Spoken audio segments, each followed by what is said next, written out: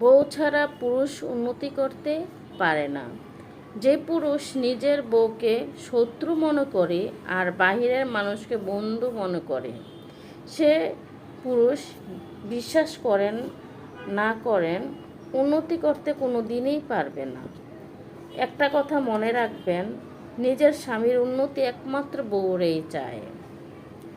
বাইরের মানুষ কখনো চাইবে না আপনি উপরে উঠেন, কারণ মানুষ এখন কারে মেয়েরা কী খাইবে ওই চিন্তাই করে, কিন্তু বউ তো এটা ভাববে না। বউ চিন্তা করবে বউর কীভাবে স্বামীর কিছু টাকা এক্সট্রা থাকবে, কীভাবে উপরের দিকে উঠতে পারবে, কীভাবে সংসারটা সুন্দর করে সাজাবে, ওই চিন্তাটা করে বউ।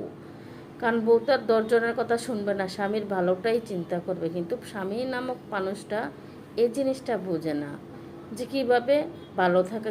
একটা সংসার সুন্দর করতে হলে দুইজনের হাত এক হইতে হবে।